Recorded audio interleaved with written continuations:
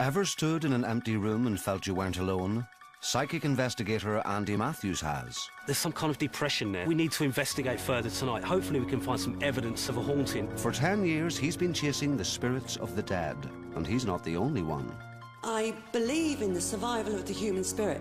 I've heard it. Marion Goodfellow is one of the UK's leading mediums. I was born on Halloween, just before midnight, and I am the seventh daughter of a seventh daughter. Something's down there. The PSI team are all about the science of ghost hunting. We'll be able to see if there's anything coming through and hopefully hear what they're saying. Our aim is to find evidence to support the theory that life exists after death. Together, using clairvoyance, historical data and an arsenal of high-tech equipment, they're investigating Northern Ireland's most haunted places. There's something banging around somewhere. Something's banging around. There we go, yes.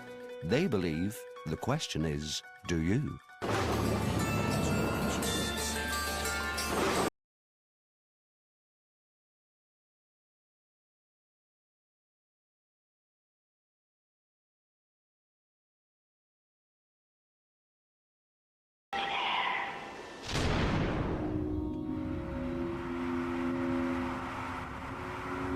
Well, I'm a paranormal investigator, although I also work on the psychic side as well. I'm an evidence gatherer, and then I bring this forward to the team bring their evidence to me, and then we analyse everything. And ultimately, you know, we're trying to get to the bottom of the stories behind the locations we're in. It's great to be back in Northern Ireland. I mean, I love the scenery, I love the people, and I love the haunted places. It's got everything. And there's so much more to see, do and investigate. I could spend my whole life over here.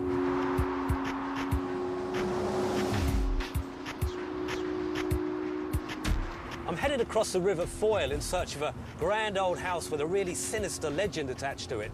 A tale of obsession, tragedy and forbidden love that brought a murderer to the gallows not once, but twice. Now, I don't know about you, but that's what I call a ghost story. Prehen House, an imposing 18th century manor on the outskirts of Londonderry. Behind the Georgian splendour of these walls, it's said, lie the roots of one of Derry's most infamous ghost stories, the legend of half-hanged Macnaughton. Today, Andy's arranged to meet Colin Peck, a descendant of the original owner, Andrew Knox, and a firm believer in the mansion's supernatural legacy.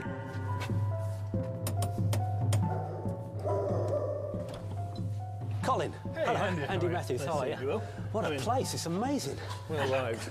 Andrew Knox was MP for Donegal when he and his family took up residence at Prehen in 1740, unaware of the tragedy that awaited them. Andrew Knox was living here, and along comes John Macnaughton, his old friend, and he had lost all his money gambling, and he had nowhere to go apart from his childhood friend, Andrew Knox. And Andrew Knox has him in as a member of the family, and he lives here, and all goes swimmingly. This houseguest, however, would soon outlast his welcome. Knox's daughter, Mary Ann, was just 15 years old when she fell for the rakish Macnaughton.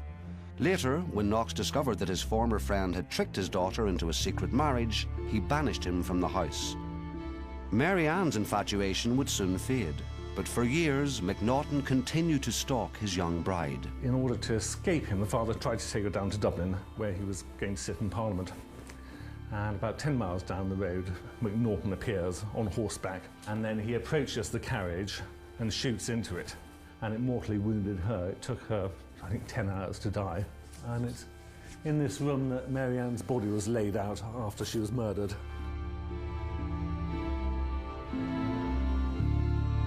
Macnaughton was sentenced to the gallows, but he didn't go through a trap door in those days. You were just dumped off. But when he jumped off, the rope broke, and he fell to the ground, and the tradition of the broken rope and the gallows held that you could walk away. And he said, "No, I'm climbing the gallows again, because no one will ever call me half-hanged Macnaughton." And so he climbed the gallows and jumped off again. But ever since, he's been called half-hanged Macnaughton. What particular parts of the building has, well, we'll say Macnaughton's ghost, been seen, felt? Or... He rampages around the upper floors. Yeah.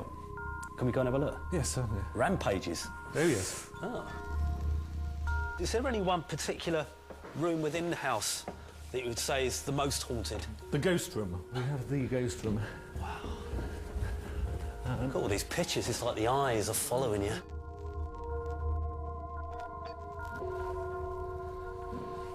So what room is this? So this is the ghost room. Ah. People who I don't particularly know very well have slept in this room, and they all come down and report the same experience. Without any prior knowledge beforehand? With no prior knowledge, no. And what exactly happens then? What happens is the bed sinks down. They all report the same thing. It's just if you're lying there, your eyes are closed, and someone gets into bed with you. And I have to say that it happened to me once as well. Oh, I like the ghosts, and they make me feel at home, and I know I'll be joining them at some stage in the future. So this ghost actually gets into the bed as well as sitting on it. It actually gets in. It actually gets into bed with you. And can And then you reach over to see what's going on, and there's nothing there. And typically some people report voices beforehand. I'm just wondering why this particular bed. I mean, does it happen in other bedrooms? It does, yes. Despite the ghostly reputation of Prehen House, family friend Leon Latter is resolutely sceptical.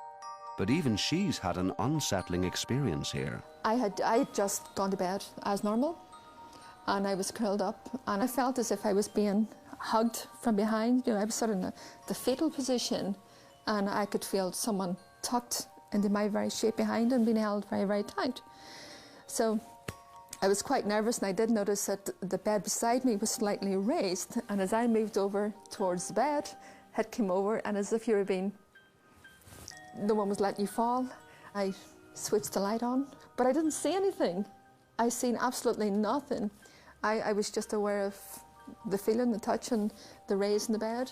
I think if I was someone that did believe in ghosts, I would have probably been a lot more frightened. But I was quite nervous. The light has been on from there ever since. No.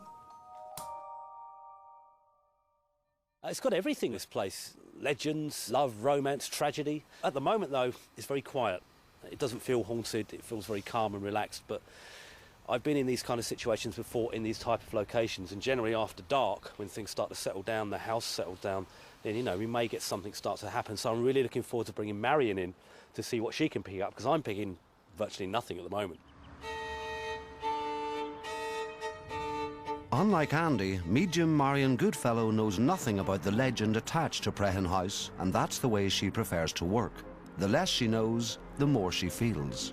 It's really, really important that I know nothing about the place where I'm going. It would only interfere with what I perceived spirit to be giving me. It would cloud my judgment, and I would just be muddled.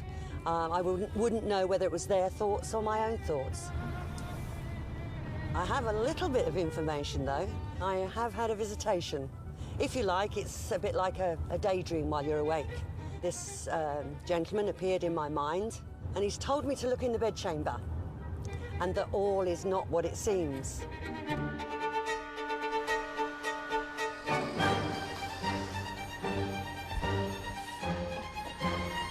Another lovely day.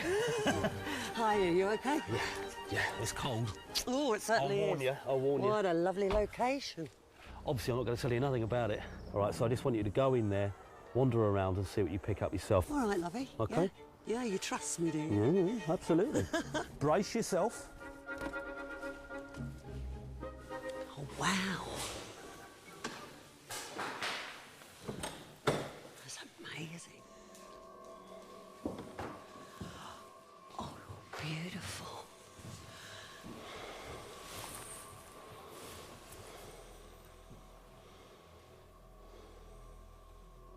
Got names ricocheting through my head.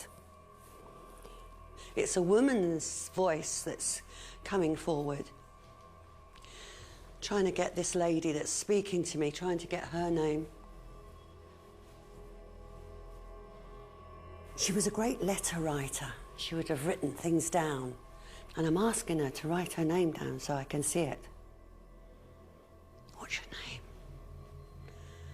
Show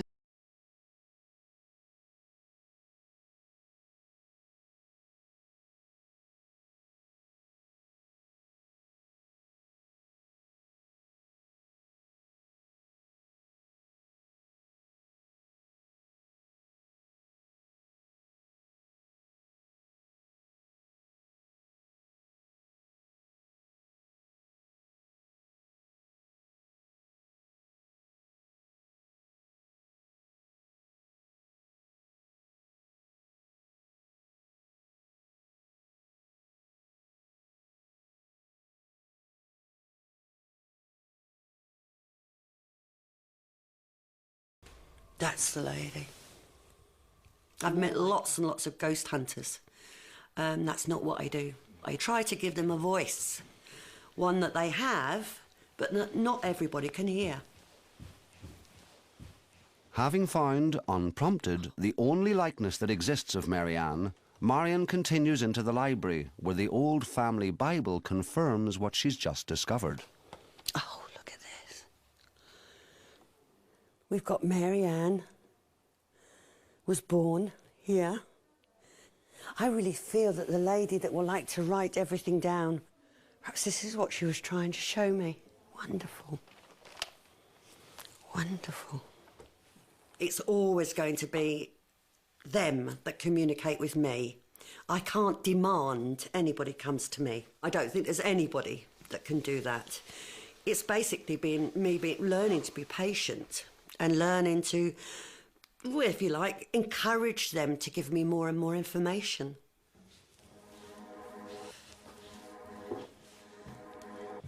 So far, the only lead Marion has is the bedchamber mentioned by an anonymous spirit she believes contacted her before she arrived.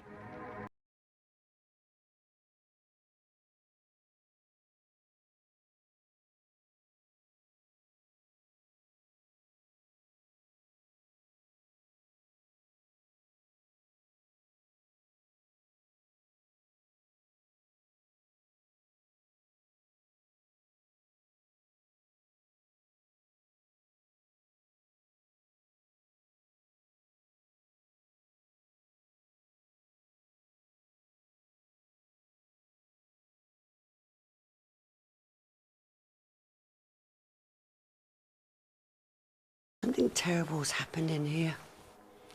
There's a secret somewhere and I'm just not getting it. I think that's probably what he means, is all is not as it seems.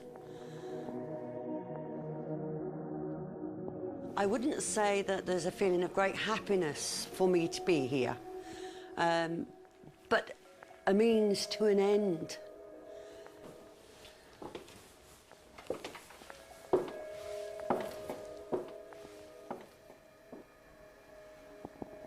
So you've had an hour to walk around this magnificent house. It's been amazing. I went into this room, the drawing room first. Yeah. She said a girl came forward by the name of Mary Ann.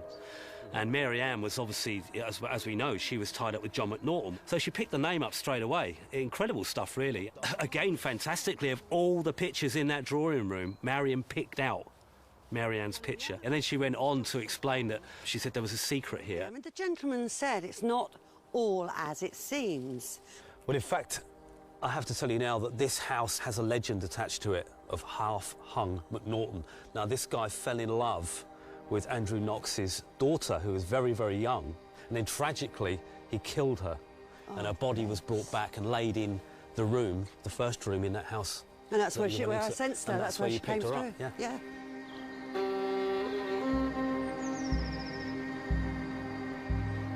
Andrew Knox decided that he would remove his daughter to Dublin on a cold November morning in 1761, very near Mary Ann's 21st birthday. And it was when they were going up the slope at Clough that McNaughton struck and stood out in front of the coach and demanded that Mary Ann be released. Well, someone shot at him from the coach, probably Andrew Knox, but he was partially wounded, and he then ran to the coach and shot into it. And it's thought, generally, that Mary Ann, trying to protect her father, threw herself across him, and she was shot instead. McNaughton was found guilty and sentenced to the gallows, and he was buried in Strabane graveyard. For more than 2 centuries, the ghost of John McNaughton is said to have haunted Prehen House. But if the murder he committed, the gallows he hung from, and the grave where his body lies are miles away, why would McNaughton's spirit linger at the house? Perhaps, as Marion believes, things are not as they seem.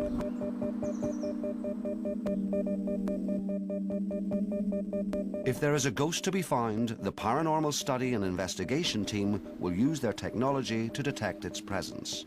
The only proof they're interested in is scientific proof. For some, their aim in this type of work is ghost hunting. Our aim is to find evidence to support the theory that life exists after death. Whether you're a believer or not, you have to be sceptical before you come to a location. Look for all the natural phenomena. Look at the psychological issues that may be there before you even start to look at a possible paranormal reason for what's going on.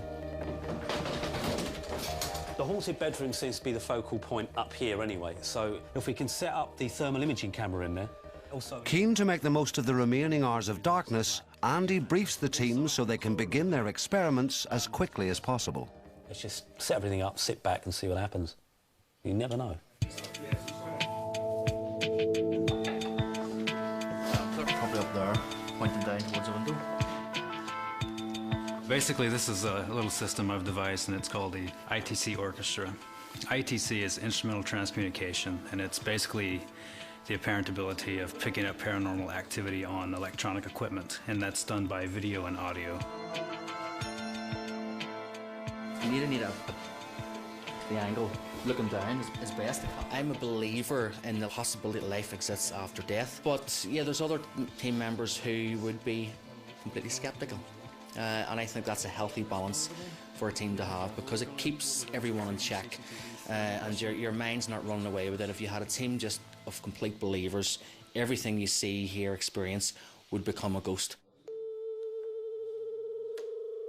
See, the violin is a natural, that's a natural amplifier.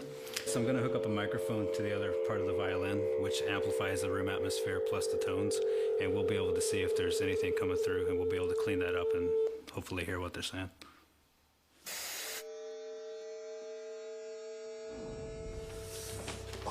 Right, come on, Tony, bedtime.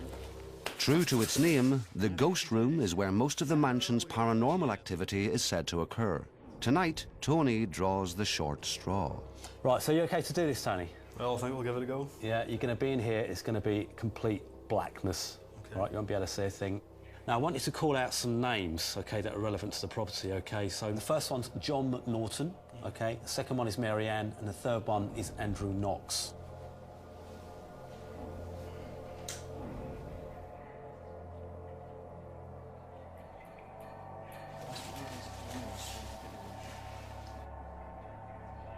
Two hours later, Tony has reported nothing from the pitch darkness. Earlier, however, when he called out the name of Andrew Knox, several things happened simultaneously elsewhere, including an unnerving experience for Darren on the stairs below the ghost room. So there's Tony in the bed. That's halfway down the stairs. Are there any Knoxes here? Was there Mr. Knox?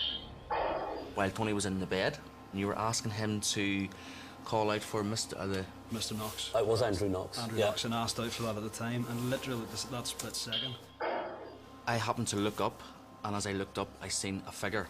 Now, it walked with his head down, and his arms down, and walked from right to left. Was it captured? No, the camera angles didn't quite catch anything. Right.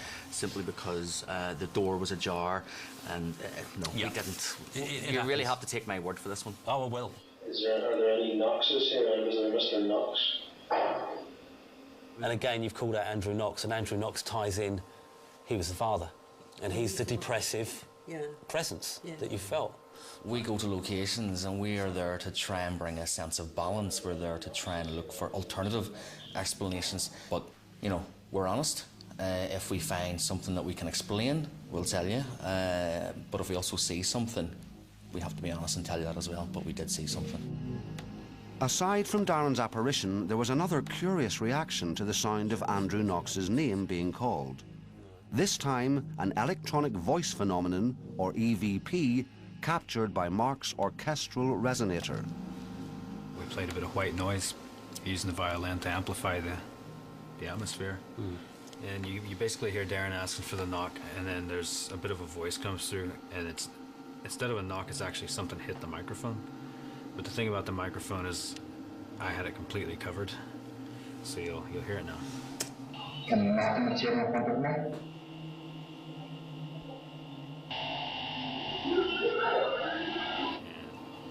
What about the voice? What do you think the voice is saying?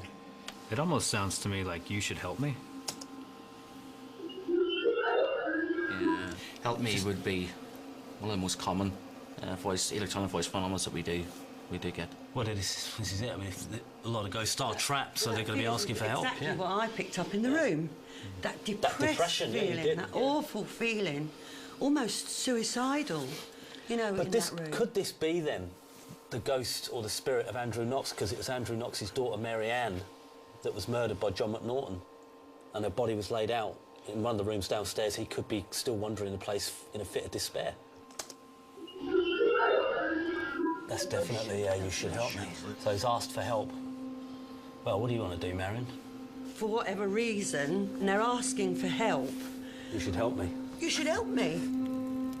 In response to the apparent request for help, which the team believe came from Andrew Knox, Marion will now attempt direct contact. Here in the hall outside the ghost room, she's hoping that any connection with the former master of Prehen House will be channeled through Andy's dowsing rods. Andrew Knox, are you here in this room?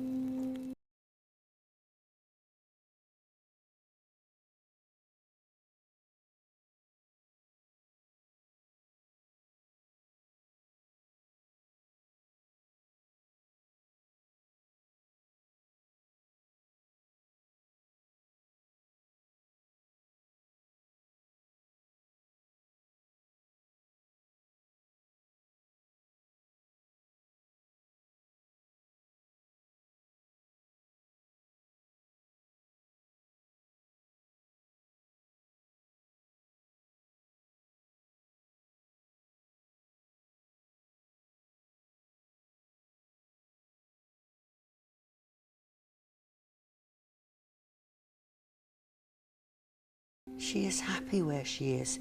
He's asking me where she is, where is she? And I'm presuming that he's asking about Mary Ann. And then he's telling me, but I see her. So I think that's your grief, sir. I think that's your grief. You don't need to stay here. He's here, right in front of me.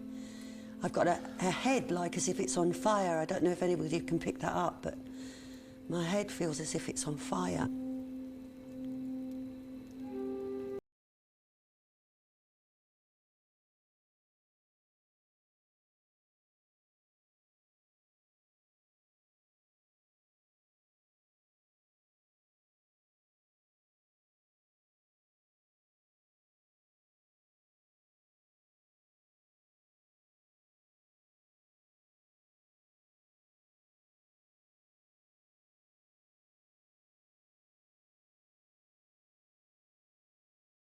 Sir, can you not leave this place, sir?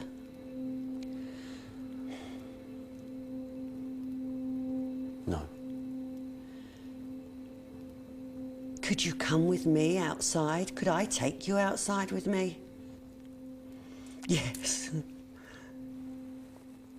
Oh, that's what he wants me to do. I've just gone cold from the top of my head to the tips of my toes. It's a bridge. Psychic He bridge. wants a bridge. Psychic yeah, bridge. yeah. How can I do that? Well, we did it once before. It's a long time ago.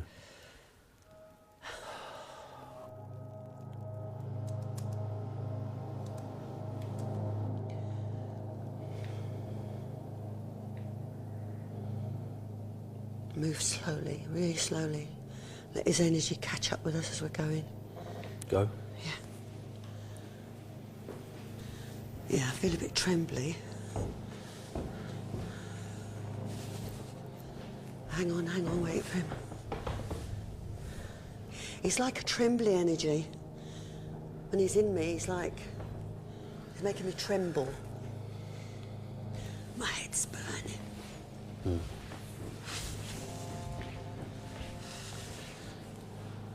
You there? Yeah, he's there.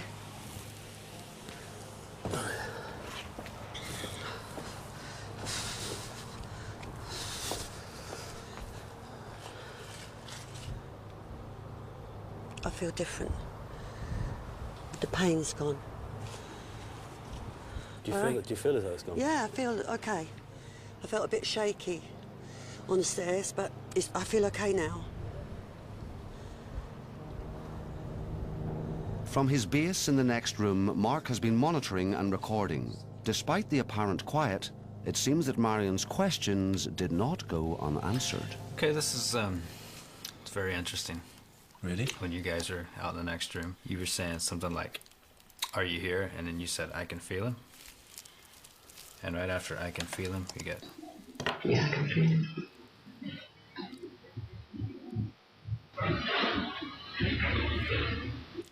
I can't see anything. Run it again, man.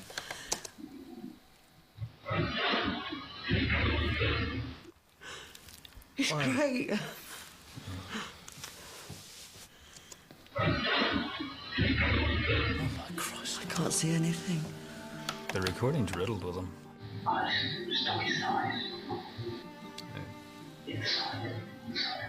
Stuck inside. I stuck inside. I'm stuck inside and then inside. I stuck inside. Inside. That's fantastic. I mean, I've strived for years to try and prove what I get is real. What I feel is real. I believe in the survival of the human spirit and the ability of that spirit to communicate with me. And for the first time in my life, I've heard it. There's one last one here I want you to have a listen to. Needs that help? Yes or no? This contact, I mean, that is intelligent It's contact. amazing. We've never had that, Mark. No. We've never had we were having a conversation. Needs that help? Yes or no? Anything is possible. Yeah. And ultimately, perhaps somebody like myself, and I'm not saying I'm unique by any stretch of the imagination, but somebody like me is going to prove the survival of the human spirit and its ability to communicate. If we have come so close to that today, I don't think I'll sleep tonight, do you? For the first time in a long time, I'm stuck for words.